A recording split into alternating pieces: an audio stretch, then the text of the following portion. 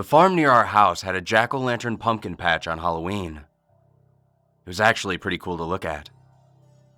An entire field filled with meticulously carved pumpkins with their grotesque faces glowing from the candlelight within. There was candy strewn about in little baggies, and children of all ages visited either before or after they trick-or-treated to get some extra loot. We moved in across the street from that field a couple years ago. At first, we loved the idea of the jack-o'-lantern patch. It looked quite haunting and really spoke to the Halloween spirit in me and my wife. But when Halloween was over, the farmer didn't take the jack-o'-lanterns away. He left them to rot. I assumed it was to fertilize the ground for whatever crop he'd plant in the spring. It made sense he wouldn't want all of that organic material to go to waste. The problem was they'd attract animals and bugs. In the unseasonably warm November we had last year, the smell of the rotting gourds brought critters from far and wide to the field, and when they were done eating, they'd wander the neighborhood. Being a small town, there was little anyone could do to stop the farmer, whose name was Reuben, from doing what he wanted on his property.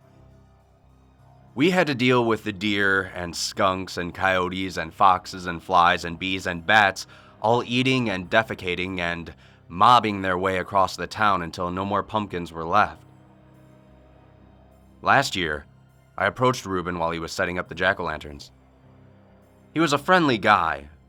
There was never any doubting that. I explained the issue and he listened and nodded. He said a few other people had told him the same thing, and he'd fix the fences over the summer so that wouldn't be a problem anymore.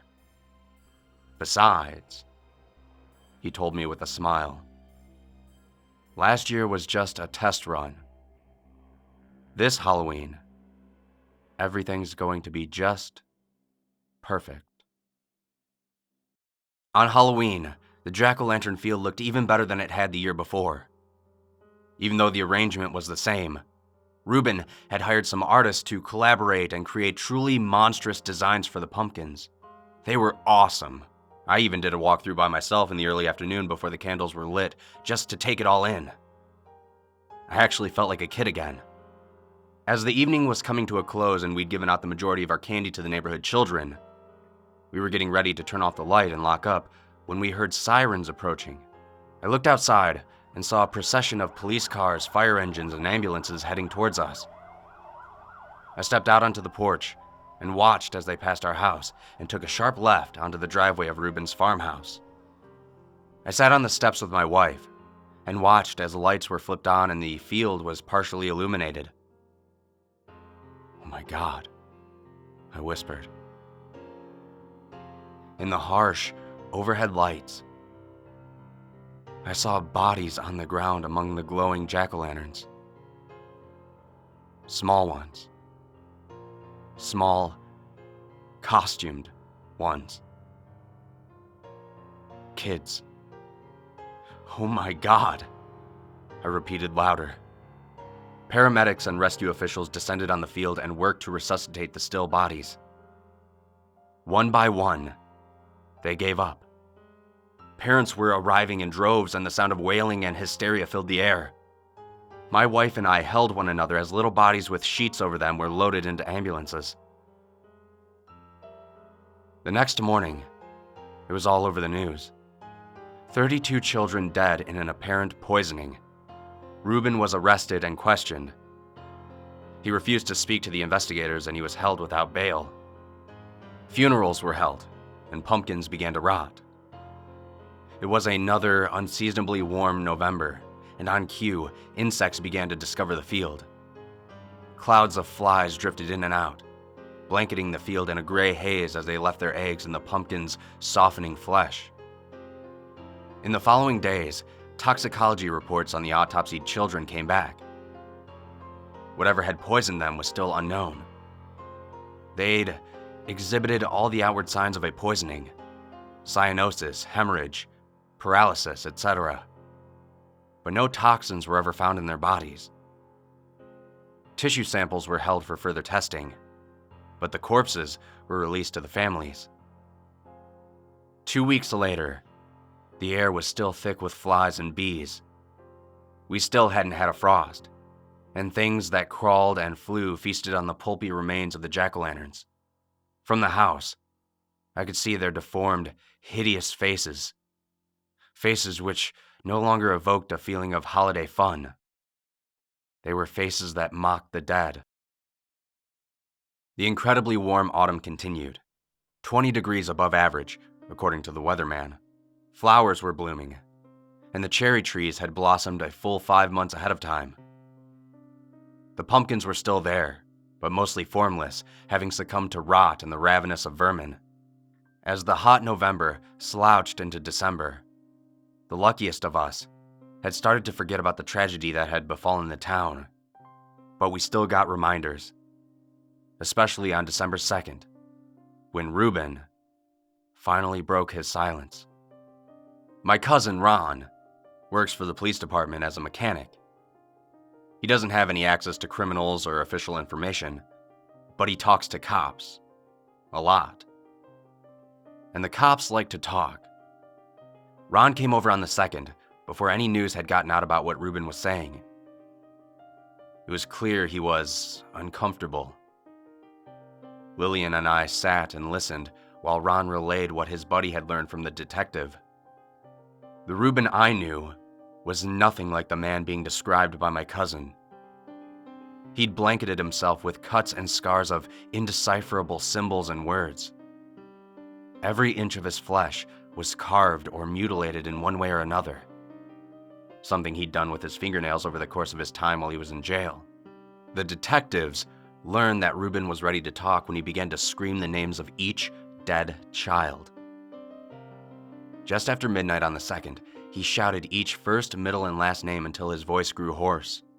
Detectives stood on the other side of his cell and transcribed what he said. They didn't understand most of it, but it was better than nothing. The main takeaway was a date and time. December 5th, 11 p.m. No one could figure out what he meant by it, so there was a lot of speculation.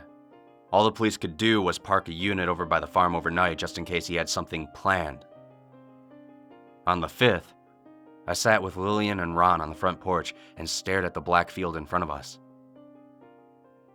11 o'clock came, and nothing happened. We waited for a few minutes. I saw the officer across the street standing next to his car, smoking a cigarette. As we were getting ready to go inside, I saw something flicker in the field. A tiny flame. "Look," I told the others and pointed. They saw it too. More flickers came into view. "Hey!" I yelled to the cop and pointed at the field. The officer snuffed out his cigarette and walked around the barn to take a look. He got to the side of the field, then raised his radio to call for backup. As we watched, the flickers intensified, as if they were from new candles that finally started properly burning their wicks after sputtering and threatening to go out. After only a couple minutes, more police cars arrived. I got up and started to cross the street. I needed to see what was going on. "Don't," said Lillian as she grabbed me by my hand, but I shrugged her off and headed towards the fence. I heard Ron walking behind me. The police arrived and lit up the field with their searchlights. We could see the rotting pumpkins sitting in the field, all with single candles sticking out of them. They were shaking. One by one, candles fell and hit the dry straw. The straw ignited. Police officers called for emergency assistance from the fire department, but there was no chance they'd get here in time. The fire began to rage. Entombed in flame, the rotten pumpkins started to burst. Only after their pulpy bodies had disintegrated did we see what was inside. "Oh my God," Ron half whispered, half prayed. In the place of each pumpkin, there was a small, human-shaped thing sitting with its head down and its knees clutched to its chest. The heat intensified further and I backed up, but I kept watching. One by one, the things rose on sturdy legs and stood erect. They were growing, and soon they reached the size of the children who died. Their skin began to char, and they walked out of the flames towards the crowd of police officers. Without any idea of what to do, but terrified out of their minds, some began to shoot. The bullets did not stop them. Round after round tore through the fire-spawned children, exiting their backs and legs and head in a geyser of gore. But still, they walked forward. Soon, the officers who fired fell to the ground. They didn't move for a second. But then they started to rot, just like the pumpkins. Other officers backed away. I had backed all the way up to my house, and I watched from the doorway with my wife and cousin. We were horrified. A procession of children walked down the street, followed by the police cars. Firefighters worked to put out the blazing field, and after a little while, they had succeeded. Ron turned on his police scanner, and we sat in the living room, listening with horror as news of dead cops and other officials came in. The children have reached the prison. The children have burned through the cell of Reuben Rendell. The children are carrying Rendell back the way they came. Oh no, I said, and opened the front door. They were coming back down the street. A procession of blackened, smoldering kids carrying a burning man. Reuben. And he was screaming, "It's almost done! It's almost finished!" He screamed with peals of hysterical laughter as he burned. The children carried him into the field and placed him in the center. They then placed themselves in the same spots as the pumpkins from which they emerged. Most of them had gone out, while some still glowed with a dull, red fire. Before Reuben burned to death, he unleashed one final scream. "Please accept this offering. Is this enough? Is this what you needed? See me through." There was no sound from him after that final word. Nothing but the crackling of dying flames. The following days were a whirlwind of investigations, media visits, and speculation. No one knew what happened. No one knew what Reuben had done. And for a while, it was still a mystery how the kids had been poisoned in the first place. A mystery, that is, until Jasmine McCrae, the mother of a child who was fortunate enough to have been too sick to trick or treat, found a small letter in her son's toy chest. It read, "For a special night of Halloween fun, draw this little picture on a piece of paper and swallow it. Then come to Farmer Reuben's pumpkin patch to trick or treat. You will never, ever want to leave." The picture was of an inverted star, a pentagram. Jasmine's son told her Reuben had given them to the kids at recess one day after he talked to the class about what it was like to be a farmer. He came to them individually and made them promise to throw it away after they read it, and not to tell their parents. Jasmine gave the letter to the police, and then told the media. While the superstitious residents of the town took that as an answer to what had happened, skeptics like myself couldn't believe it. Even after what I had seen, I couldn't believe something supernatural or demonic had occurred. But then, the photographs came in. The aerial photographs from the news helicopter the day after the incident at the field.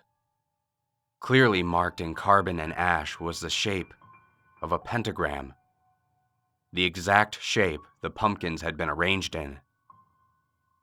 No one had noticed it from the ground. And at the center of the pentagram, where Reuben had screamed his final, pleading prayer, 4 words were burnt into the dirt. The answer to the old farmer's prayer. Not enough. Never enough.